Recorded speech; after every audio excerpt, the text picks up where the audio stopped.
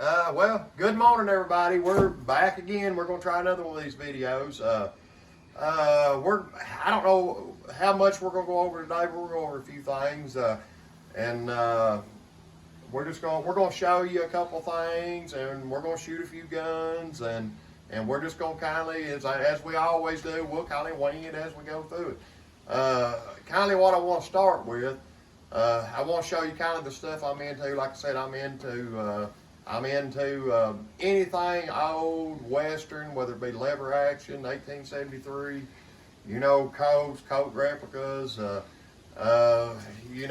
anything before that, whether it be a Richards Mason's conversion, we'll get into that later. The love of all guns. It's just kind of, we love anything gun related. We love anything country related or Western related, and we've stepped into a little bit of the more modern day stuff, to where my son's got me into that a little bit. We fool with a few Glocks. We've always kind of had ARs and this and that, but we've got it. But we're going to do some videos later on that. We may get in. We may start off with this. We may be shooting Glocks before the video's ended. Who knows? But anyways, the first thing I want to show you is I've got a buddy in Harrodsburg, Kentucky. He's Silver Guns and Ammo. He's got a great business up there. He's very polite. He's all around good guy. And if he gets something a little odd in, or Western, or just anything he thinks I'm interested in, he'll snap a picture of it, and he'll send it to me and kind of give me a price on it. And sometimes we go back and forth. He'll say, I want this, and I'll say, well, I'll take that. He's good at that. He's open to offers or whatever. But anyways, this is something I got off of him a few months ago, and I really do like it. And it's kind of a conversation piece. And if you want to, if you want to come over here, I'll just kind of get a close up on it. I'll just kind of show it to you and tell you a little bit about it, and tell you what it is. But anyways, what we have here, y'all, is something a little different. It's a Vampire Werewolf killing kit. Is exactly what it is. And it's something that was just kind of come out of the mind of I think a gentleman in Pearlville, Kentucky, actually made this. Let me shut the box on it, get a good overall picture of the box. It's pretty neat in itself, and then you open it up, and there it is. It's a Vampire Werewolf killing kit. And I don't know if many of y'all know a lot about vampires and werewolves or not, but let me get rid of this right here. But this is actually first out of the box. It's actually, which this box was made back in the late 1800s. It's an actual silverware box that spoons and forks and this or whatever would come in. But this guy has took and incorporated and just kind of built this out of his own mind. He's made, what I said, a Vampire Werewolf killing kit.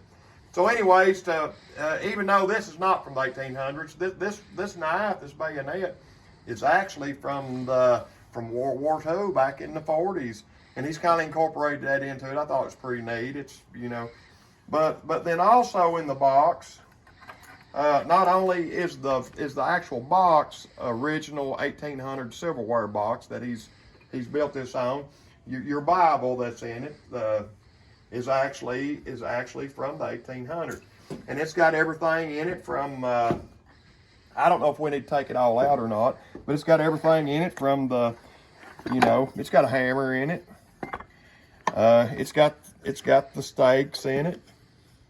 He done a fine job on designing this. And anyways, it's got your crucifix in it. Got your crucifix in it. It's got a cap and ball coat in it.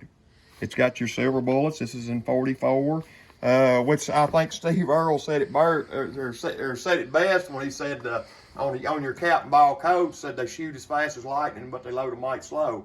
So and I just wanted to mention him. your silver guns and ammo in Harrodsburg, Kentucky. Like I say, great guy to deal with, and I really do appreciate him if he gets something odd like this in or something Western or whatever. He does text me and ask me if I'm interested in it, and if he's got something I'm interested in, we work out a price, and I drive up there and pick it up, and he's a really great guy. And not only do we accumulate stuff from him, we've got a gentleman in down on 501, if you're familiar with Casey County, Kentucky, or whatever. We got Chad Davenport from down on 501. He runs the Labascus Armory. He's a fine person to deal with. Anything, you know, I buy a lot of stuff off Gun Broker, and I'll have it shipped to him. He's real diligent, and he'll text me and say, hey, your gun or whatever I've ordered's come in. I drive down there and I pick it up. And then also you know, I try not to leave nobody out. I only deal with about 3 people. I'm a little funny on who I deal with, and I need to like them to deal with them. But I also deal with, there's Mark Beard in Liberty, Kentucky. Great to deal with. He's fluent on guns, and he'll help you any way he can. And we appreciate all 3 of them for helping us do what we do. And like I said, this is just a hobby of mine. This is strictly a hobby, and we just thought we'd make a few YouTube videos and just kind of see where it went. Like I say, it may go nowhere. It may keep going. We don't know. But I wanted to mention them 3 people that really helps me out when it comes to, if I need something or whatever, they're always there to help me get what I want, or, you know, and they'll help you too if you get hold of them. They're stand-up guys. They're great guys, every one of them. But anyways, to get back to this werewolf vampire killing kit, you know, this is kind of a joke. This is a novelty, you know. I don't want to get everybody thinking that vampires are lurking around at night and werewolves are lurking around at night. But, you know, every now and then you walk out and you look up at a full moon, and you just think about, you know, I've watched a bunch of movies and I see a full moon up there. You know, maybe there is some werewolves out there. Which, you know, and like I said, this cap and ball coat and the silver bullets put in, so just like I said, Steve Earle said, shoots as fast as lightning, but she loads mighty slow. You know, do you want to be out there, you know, say, look at the trees out here. Just look at them. Okay, you got werewolves running around zigzagging out through the trees. And, you know, you've done fired 6 shots. You know, the werewolf's going to probably come and bite you before you get the next 6 loaded in this cap and ball coat. Okay? So, what I've kind of learned to do in modern days is we have upgraded. And I'm just going to pick it up and show it to you. We have upgraded to a Ruger Blackhawk in 44 Magnum. And I'm going to take them out here. She's loaded right now. And, you know, and that's something else we need to do. We need to practice gun safety. But, you know, I'm just going to kind of unload it. And on a Ruger, you don't have to cock it back. You know, when you open the gate on it, she's ready to unload or to load. But let's just unload them there. They're easy to unload. And if your gun's smooth or whatever, if it's not dirty, your shells are just going to fall out. They're going to load as easy. But let's lay this down here a minute. I don't know if you can see them or not. Them are silver bullets, and they're for werewolf hunting. You can use them on vampires. Vampires don't like silver neither. But anyways, silver at $25 an ounce. You know, we're gonna save these. We're not gonna waste these bullets. We're gonna save these for the werewolves. But anyway, so we're gonna stick them right in here. And we're going to hold on to these.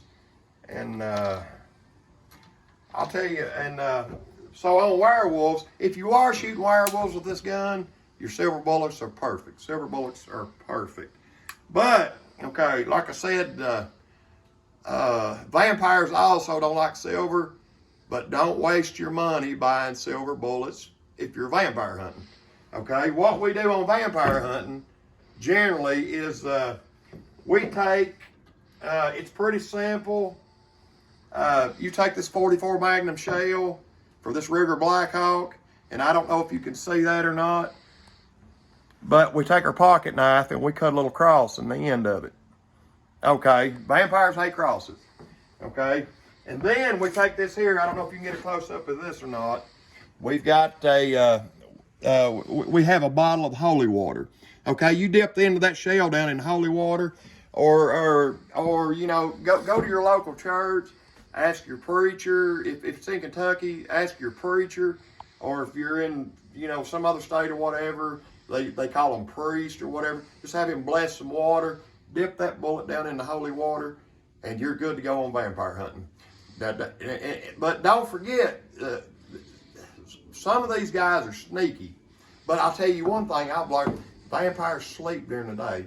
So this is where our hammer and our spikes come in. You know, if you can sneak in on a vampire in the daylight while he's asleep, just open his little coffin up, or however, if he's hanging upside down from the ceiling or whatever, and just take that hammer and drive that spike right through his heart. But anyways, if you don't make it to him through the daylight, sneak up on him at night, or if he's coming to get you, like I said, pocket knife, put a cross and then you bullet, dip in holy water. If you can hit that vampire, he's good as gone. But anyways, we're gonna load this up and just kind of see, just kind of use for example. We'll pretend it's daylight. I know vampires ain't out in the daylight, but we're gonna load this up, and we may take a couple shots at a pretend vampire that's lurking out in the woods. Just kind of pretend it's dusky dark or whatever. Because now when the sun goes down, dusky dark, they can actually get out. The sunlight's what gets them. But anyways, we're gonna load this up, and you know, in previous videos, I've noticed, you know, I'm not wearing ear protection. It's always it's always good to wear ear protection, because as we get older, you know, our ears ain't as good, and we want to protect our ears. My son is actually, if you want to look over here, we've got, I'm going to pick these up, lay this down. We're going to put us on a little bit of ear protection. Like I said, I'm not real used to these. So turn around like that. But anyway, dang, these things are crazy, Jonathan. Okay, there we go. Anyways, now I don't know, some people just like to put earplugs in, and you know, my head might be a little big for these, but no, they might work. But anyways, we're just gonna go out here, and I'm gonna hold that over the side a little bit where I can hear just a minute. But we're gonna go out here, and we've got a couple targets set up. Don't know whether we hit them or not, and that's another thing I want to discuss. I'm gonna take these sunglasses off, but I have learned when you hit 50 years old and then even older, I lose glasses all the time. These are dollar store glasses. I can go get a set of prescription glasses, give $300 for them, and I lose 5 pair of these a week, you know. So I've got used to these dollar store glasses. I need to get something a little better, but I have learned I can't see the sights on my gun. And I thought I could see better further out, but I've kind of learned the past few days as I picked up shooting again that not only can I not see up close, I can't see far out as good as I thought I could, because everything is blurry. So I'm gonna try to use my dollar store glasses to where I can see the sights and see a blurred vision of whatever I'm shooting at out in the distance. I probably won't hit it, but if I do, you know, I do. But anyways, we want to shoot a little bit, and like I said, I'm gonna stick these on. I'm gonna put my ear protection on, and we're gonna see if we can hit some kind of target with this 44 Ruger Blackhawk Magnum. We're gonna see if we can't pretend it's a vampire, werewolf, or whatever. We are gonna make a Sasquatch video later. I've got some jack links in there. We use them for bait when we lure the Sasquatches in. But anyways, for today we're doing we're just gonna do vampires and werewolf, kind of pretend. Yeah, y'all all know I'm joking, but but anyway, or maybe you don't. But they might be there. But anyway, let's just try it a minute.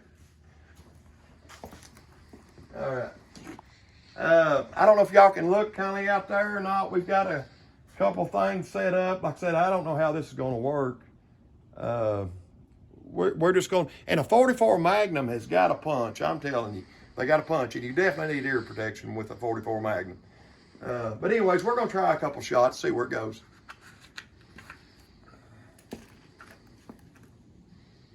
Did I hit anything? I don't think so. Dang it thing.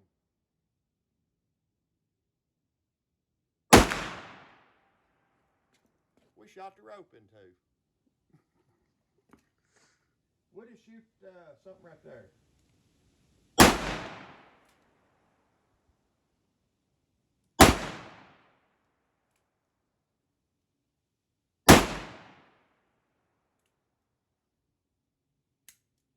I think we missed every time except for shooting the rope in two.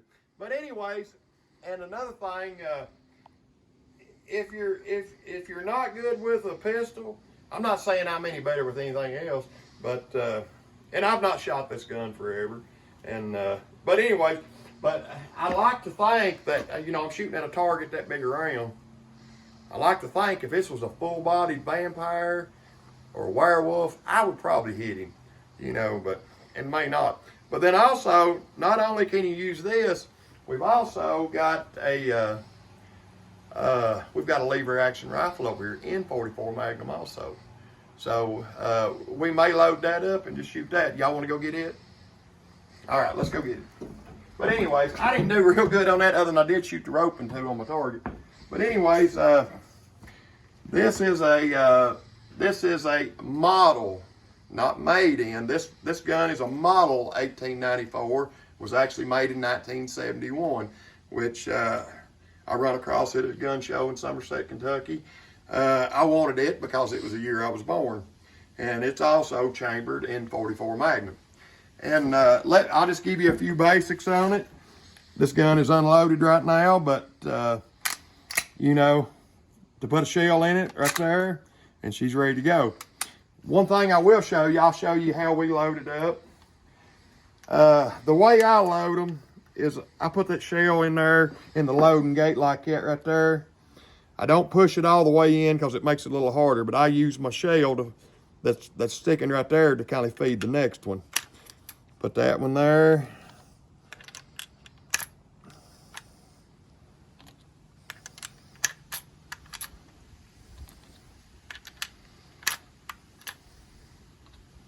I don't remember for sure how many of these hold. I don't even want to say because I don't remember. But anyways, when you get your last one in, the best way for me, your last one's right there. I take my pinky, it's more the size, and I just push it up there, let that loading gate close. Okay, and then after that, like I said, all you got to do, and you can do it that way. You do it however you want to do it, however's comfortable for you. But you open it up, close it up, that gun is ready to go. And, you know, back when I was younger, I could shoot, you know, just offhand, I could shoot really good. But anymore, you know, I may need a leaning post. One thing I will tell people not to do is, I had a cousin, God bless his soul, he's not with us any longer, but when we was younger, and I actually wasn't there, but I remember my other cousins telling me they were shooting I think a 12 gauge shotgun, maybe slugs or something. I don't know what it was, but my cousin had got the idea, well, this thing kicks. So he decided, I'm gonna lean up against a tree. He said, if I lean up against a tree, put my shoulder against a tree, the thing won't kick.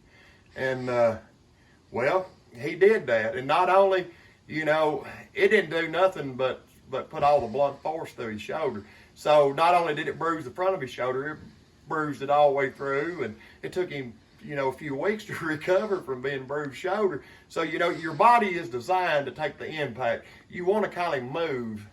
When you shoot a gun, you want the impact to kind of go through your body, but move. You don't want it to dead stop because it's going to bruise you up. But anyways, that's just, you know, I don't know if that's any kind of lesson or not, but it's just something to think about. Don't lean up against a tree when you're shooting a big gun.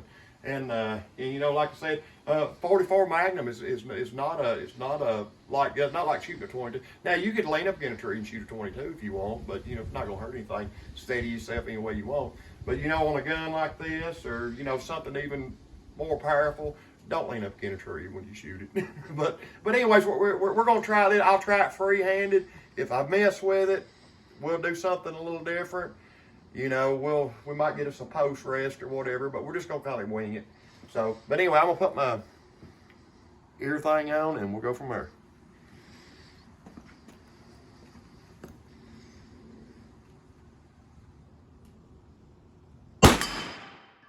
Well, there's one. Two.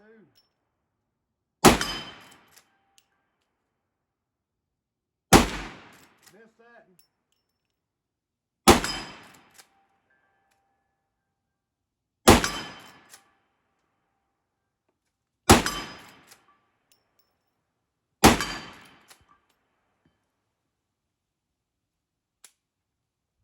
And we're empty. Well, I guess we don't do too bad in our old age. But anyways, that's just, you know, you know, if you're not real good with a pistol, you're a little more steady with a rifle, you know, buy the same caliber rifle and the same caliber pistol you got. That way you don't mix up shells or whatever. And anyways, I just kind of wanted to show that and go over some of that stuff. And like I said, we don't ever know where these videos are going. We got this stuff out, and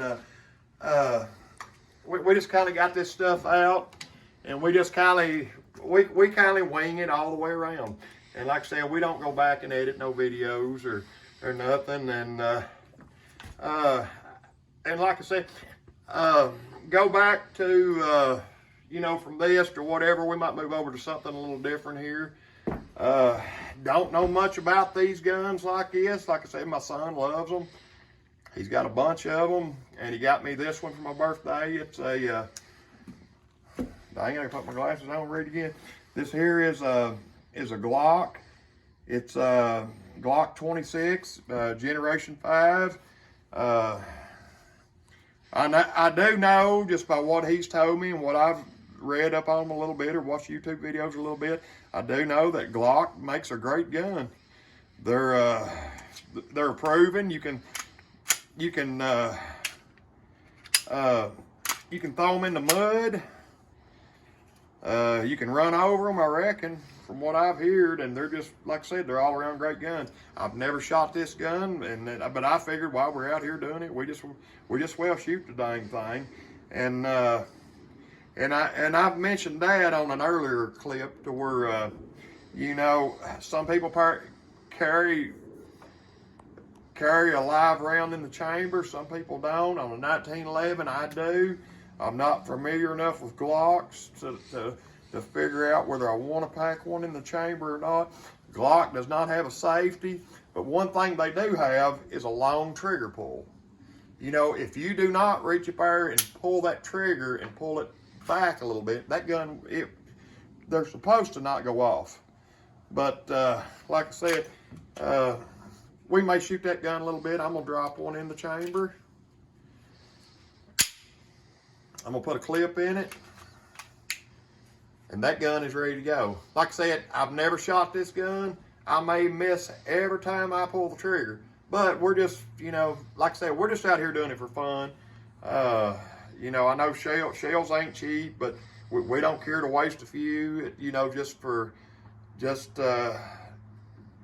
kind of learn people, or like I said, if we ain't learning nobody, it's, you know, like I said in previous videos, it ain't, you know, it's entertainment. If you ain't got nothing to do or whatever, and you want to sit down and watch one of these videos on there, you know, that's just what we'll do. But anyways, we're gonna go out here. We're gonna try to hit something with this. We probably won't. I don't know whether to wear my glasses or don't, because I can't see the sights with my glasses off. With my glasses on, I can see the sights, but I can't see the target other than a big blur. So what I've learned to do, when I've got my glasses on, I'm looking out there and I see three of them, I just shoot the one in the middle. So anyways, that's probably what we're going to do. And on a 9mm, you know, and like I said, ear protection is probably good through anything you're shooting. But with a 9mm, it don't bother me too bad. The 44 Magnum, 357, you know, anything larger than that does kindly put a ring in my ears. 9mm really don't. I don't really pay much attention to it, so I'm just gonna shoot this one without anything. But anyways, let's see if we can hit something. Hey, this does got good bright. It's got bright sights on it. So, you know, that may help me. I may can take my glasses off. But anyways, we're gonna shoot something. Well, you know, first shot and I hit something. What about that? What about that? I missed that.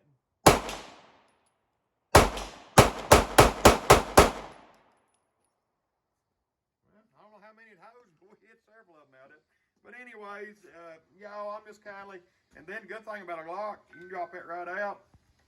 And this is also something they make. I don't know how good these clips is. I don't even know what they're called, but they hold 30 rounds. And you ready to go get, y'all want to shoot 30 of them? Let's just go ahead and do it.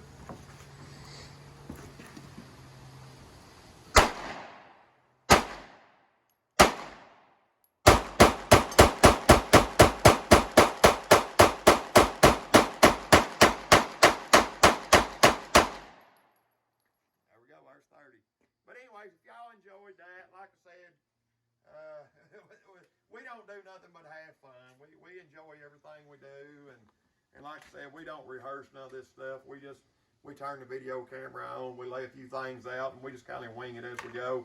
But if you do enjoy watching them, just tune in, like, and subscribe, and we'll try to come up with something else. And you know, like I said, we're just having fun with it. We appreciate everybody watching. We appreciate if you want to leave a comment. I don't know if I'll do real good at looking at them or whatever. I might, but anyway, I'll try to answer some back, and you know, stay tuned. We're gonna do some things later. We may have some surprise guests. I may can get my son to get off the back side of the camera, come out. He's a lot better with some of this stuff. He might be a little camera shy, but and actually I'm not. I've learned my old age. Don't be shy about nothing. If you want to do something, just do it. You know, as long as it's not hurting anybody. If you're having fun with it, you know, I say just do it. And but anyways, we'll see y'all next time. Stay tuned.